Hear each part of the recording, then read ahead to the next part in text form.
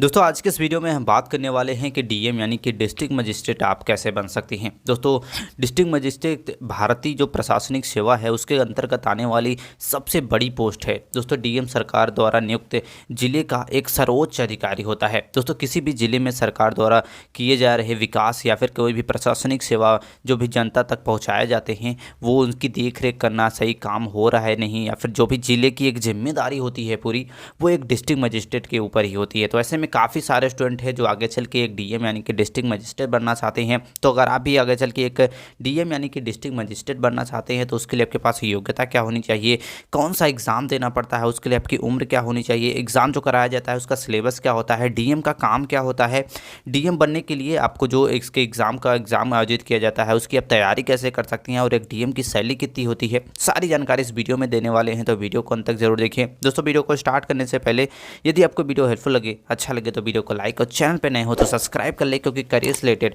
यहाँ पे वीडियो आपको मिलती रहती है। आइए वीडियो को स्टार्ट करते हैं। दोस्तों डीएम जिसका फुल फॉर्म होता है डिस्ट्रिक्ट मजिस्ट्रेट। दोस्तों एक डीएम बनने के लिए सबसे पहले आपका 12th पास होना चाहिए। 12th आप किसी भी स्ट्रीम से पास कर सकते हैं। इसके बाद आपके पास ग्रेजुएशन की डिग्री होनी अनिवार्य है।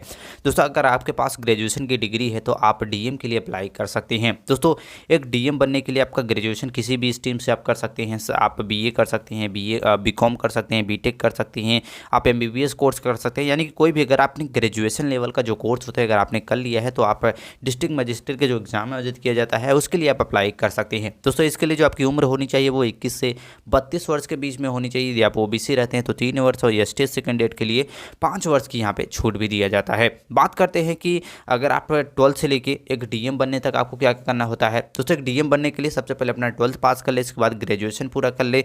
जैसे आप अपना ग्रेजुएशन पूरा कर लेते हैं इसके बाद समय समय पर आपको यूपीएससी सीएससी यानी कि यूपीएससी सिविल सर्विस एग्जाम का आयोजन किया जाता है। दोस्तों इस एग्जाम को क्लियर करके ही आप एक डीएम बन पाएंगे। दोस्तों जब एग्जाम आयोजित किया जाता है इसके लिए आपको अप्लाई करना होता है। इसके बाद जो एग्जाम होता है वो 3 चरणों में संपन्न होता है: प्रारंभिक परीक्षा, मुख्य परीक्षा और इंटरव्यू। दोस्तों इन तीनों चरणों को क्लियर करने के बाद आपको LBSNAA ये एक एकेडमी होती है जहाँ से आपको ट्रेनिंग पे भेज दिया जाता है। 6 महीने या फिर साल भर की आपको वहाँ पे ट्रेनिंग दिया जाता है। इसके बाद आप एक आईएएस ऑफिसर बन जाते हैं, और आईएएस ऑफिसर की जो आपकी रैंक होती है उसके हिसाब से आपको डीएम के पोस्ट आपको मिल जाती है। तो इस प्रकार से बनते हैं आपके डीएम। अब बात करते हैं कि जो आपका यूपीएससी सीएससी का एग्ज़ाम होता है उसका एग्ज़ाम पैटर्न और सिलेबस कैसा होता है। दोस्तों अगर हम बात करें उस एग्ज़ाम के एग्ज़ाम पैटर्न और सिलेबस के बारे में तो सबसे पहले जैसे कि आपने पहले बताया कि इसमें आपको 3 चरण होते हैं: प्रारंभिक परीक्षा, मुख्य परीक्षा और इंटरव्यू। प्रारंभिक परीक्षा की बात करें तो आपका इसमें 2 पेपर कराया जाएगा जिसमें 200 मार्क के दोनों पेपर आपके होंगे। और जो पेपर होगा इसमें पहला जो पेपर होगा उसमें 100 क्वेश्चन रहेंगे, दूसरे पेपर में आपके 80 क्वेश्चन रहेंगे। इस पेपर को हल करने के लिए यानी कि दोनों पेपर को हल करने के लिए आपको 2.5 घंटे का भी समय दिया जाएगा। दोस्तों इसमें आपको जनरल अवेयरनेस और जनरल स्टडीज़ से रिलेटेड क्वेश्चन आपसे पूछे जाएंगे।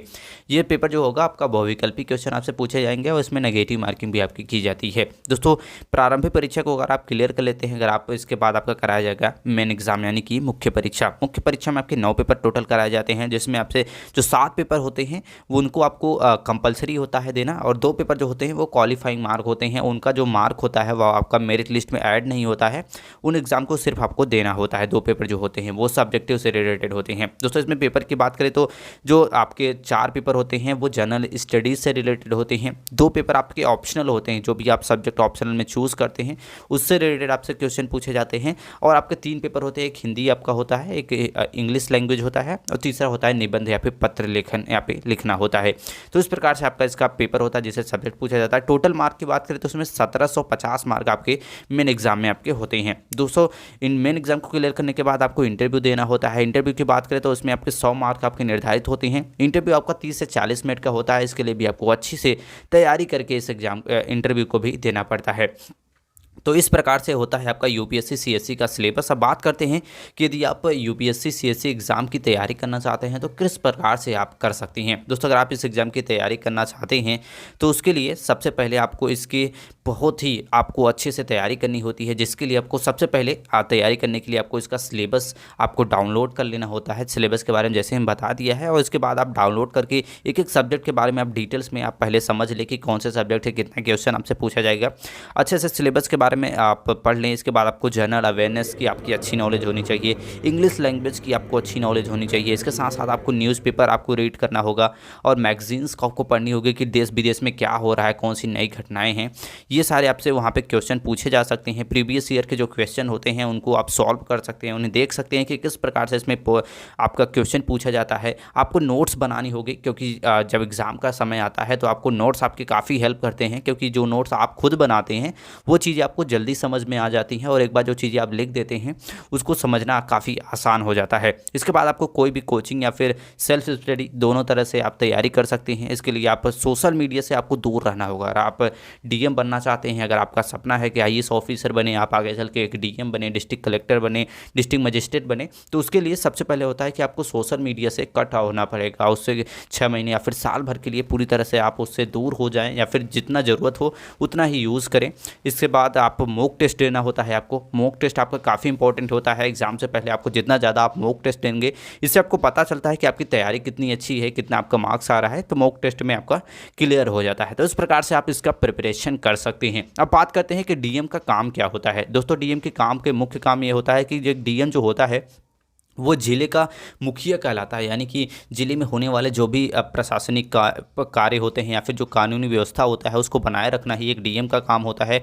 इसके साथ साथ जो भी जिले में जो भी पुलिस विभाग होता है इनके अंतर्गत ही कार्य करता है, यानी कि कोई भी अगर एक्शन लेना हो गया या फिर कोई भी कानूनी कार्रवाई करनी हो गई किसी के ऊपर, तो उसका जो कंट्रोल होता है वो डीएम के पास ही होता है। दोस्तों, इसके साथ साथ डीएम जो होते हैं वो पूरे ज़िले की निगरानी करते हैं, कृषि विभाग से लेके या फिर जो भी गवर्नमेंट द्वारा योजनाएं लाई जाती हैं किसी भी राज्य में, कोई भी आपराधिक काम हो गया उसे रोकने के लिए सारी जिम्मेदारी एक बोल सकते हैं आपकी डीएम का ही होता है। जैसे कि कहीं पे इलेक्शन करवाना हो गया या फिर कोई भी काम करना हो गया तो वो डीएम के अंतर्गत ही आता है। अब बात करते हैं कि यदि आप एक डीएम बन जाते हैं तो आपको सैलरी कितनी मिलती है। दोस्तों, एक डीएम की सैलरी की बात करें तो स्टार्टिंग सैलरी आपकी लगभग 56,000 रुपये आपकी मंथली सैलरी हो सकती है। इसके अलावा आपके कई सारे भत्ते दिए जाते हैं, जैसे कि आपको मकान दिया जाता है, आपको गाड़ी दी जाती है, आपको ड्राइवर दिया जाता है, माली दिया जाता है, और कई सारे भत्ते वगैरह भी ऐड किए जाते हैं, और आगे चल के आपकी सैलरी लाखों रुपये मंथली भी हो जाती है। दोस्तों, आई होप आप समझ गए होंगे कि 12th पास करने के बाद डिस्ट्रिक्ट मजिस्ट्रेट यानी कि डीएम बनने के लिए क्या क्या करना होता है, कि डीएम का काम क्या होता है, इसके लिए कौन सा एग्जाम देना पड़ता है, एग्जाम के सिलेबस के बारे में आपको पूरी जानकारी दे दी है, इसके एग्जाम की तैयारी कैसे कर सकते हैं इसके बारे में भी बता दिया है। आई होप ये वीडियो आपको हेल्पफुल लगा होगा। दोस्तों, अगर आपको वीडियो हेल्पफुल लगा हो, अच्छा लगा हो, तो वीडियो को लाइक और चैनल पर नए हो तो सब्सक्राइब जरूर कर ले। मिलते हैं नेक्स्ट वीडियो में, तब तक के लिए जय हिंद।